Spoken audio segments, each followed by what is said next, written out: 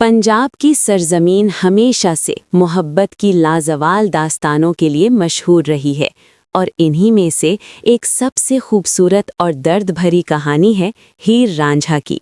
ये कहानी एक नौजवान लड़के रांझा यानी धीदू रांझा से शुरू होती है, जो एक खुशहाल घराने से ताल्लुक़ रखता था।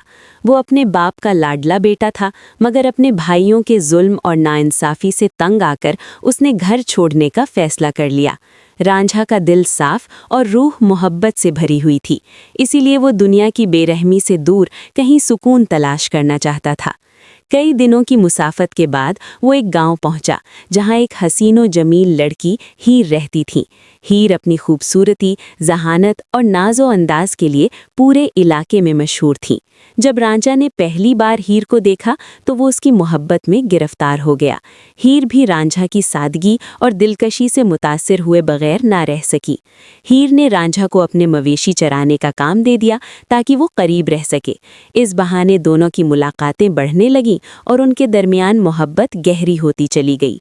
वो दरिया के किनारे बैठकर बातें करते, ख्वाब देखते और एक दूसरे के साथ जिंदगी गुजारने के वादे करते। लेकिन मोहब्बत की राहें कभी आसान नहीं होती। हीर के चचा कीदू को उनके ताल्लुक का इल्म हो गया। वो एक मक्कार और हसद करने वाला शख्स था, जिसने हीर के घर वालों को उनके इश्क के बारे में बता दिया। हीर के खानदान ने इस मोहब्बत को अपनी इज्जत के खिलाफ समझा और फौरन हीर की शादी किसी और शख्स सैदा खेरा से तय कर दी। हीर इस फैसले पर टूट गई, मगर खानदान के दबाव के आगे मजबूर हो गई। दूसरी तरफ रांझा का दिल भी बिखर गया। उसने दुनिया की रंगीनियों से मुंह मोड़ लिया और एक दरवेश बनकर जंगलों में भटकने लगा। उसने जोगी बनने का फैसला किया और कानों में मुंदर डालकर दुनिया से बेनियाज हो गया। काफ़ी अरसे बाद रांझा दोबारा हीर के गांव पहुंचा।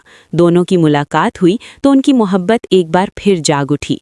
उन्होंने फैसला किया कि अब वो किसी भी कीमत पर एक दूसरे को नहीं छोड़ेंगे। बिलाखिर हालात ऐसे बने कि हीर के घर वाले मान गए और उनकी शादी की तैयारी होने लगी।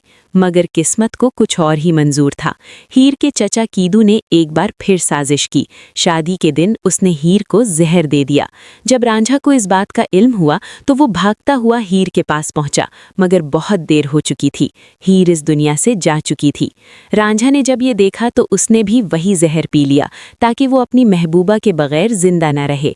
यूं ये दोनों सच्चे आशिक हमेशा के लिए एक हो गए, मगर इस दुनिया में नहीं, बल्कि एक अबदी दुनिया में।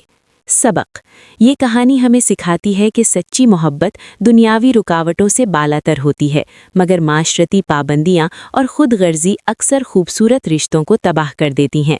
हीर रांझा की मोहब्बत आज भी जिंदा है, क्योंकि वो खालिस, सच्ची और लाजमाल थी।